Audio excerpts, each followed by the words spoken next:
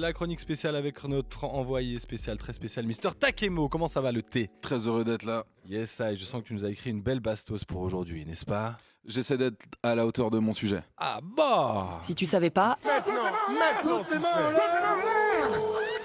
Yeah. Et puisqu'on parle de femmes dans le hip-hop, la thématique du soir rend hommage à une rappeuse un peu méconnue. Tout à fait. Alors d'abord, posons les bases. Le rap, c'est la commedia dell'arte.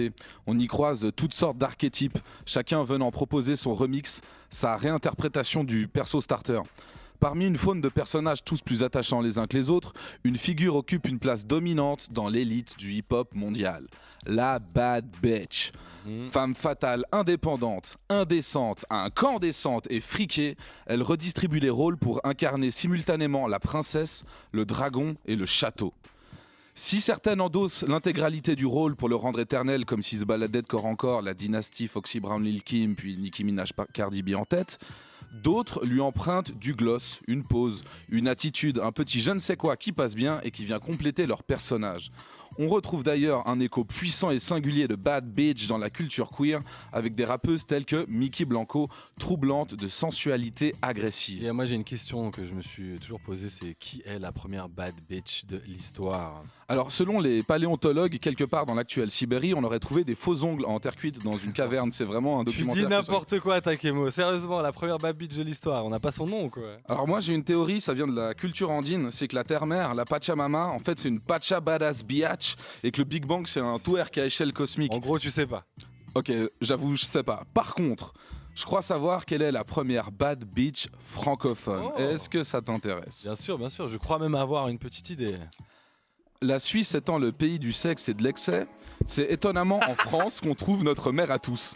Elle porte le doux nom de Rolka, un blaze stylé écrit à l'américaine qui perd un peu de sa superbe quand tu te rends compte que Rolka c'est Carole à l'envers. Aïe. Sans plus attendre, retournons en pleine année 2000 pour écouter Rolka la Superlopsa ou encore Rolka Masutra. Éloignez les enfants du poste et si vous pouvez mettez une petite lumière cool. En position et en condition, prête à faire des folies de mon corps poussé de vis à fond. Adepte du sexe sans complexe, je me place direct dans le contexte. Je m'éclate au maximum, je fais des bêtises avec plein d'hommes. Pas le temps de faire des chichis, faut se lâcher mon chouchou. Soit t'es chaud, t'es chiche pour pêcher, sinon ne prends pas le chou. Telle une cata jusqu'au petit matin, je me dévergonde. Si tu trouves ça trop honte, dis-toi que ma teuf chasse c'est de la bombe. Oh oui, ça te chasse de la bombe, le gangbang c'est le titre.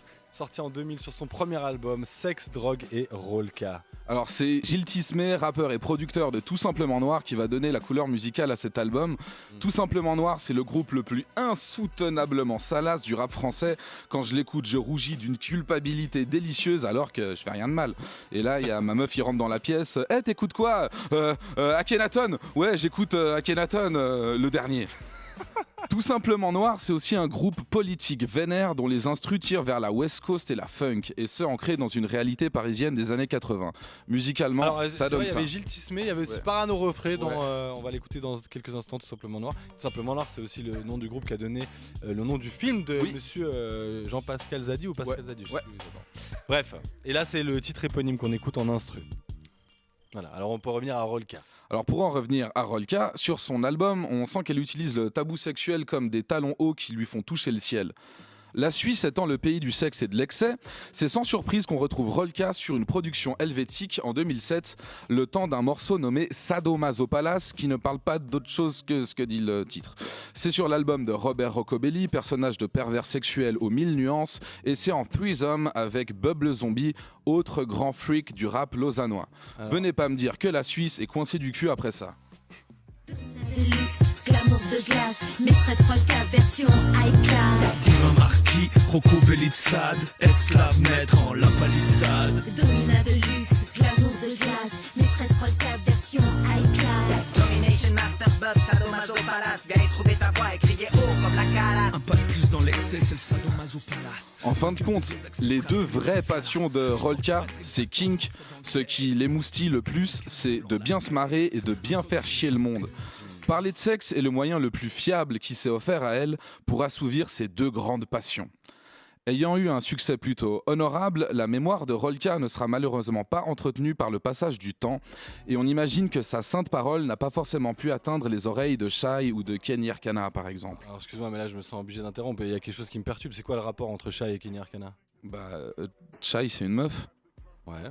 Et Kenny Arcana c'est aussi une meuf. Ouais. Et les deux elles rappent.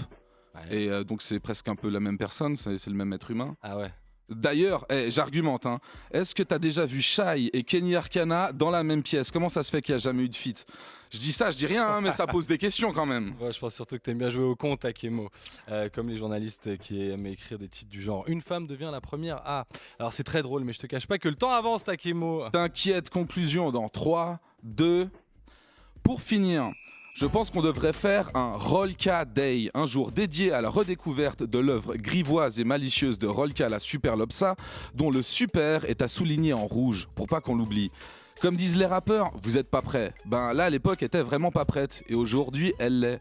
Alors, réécoutons tous Rolka et diffusons sa sainte parole de jour comme de nuit, surtout de nuit. Oh yeah, merci Takemo pour cette chronique incroyable sur Rolka. Mettez du respect sur le nom de Rolka et on écoute justement un de ses classiques, c'était Roule avec Rolka en featuring avec le dit Parano Refray.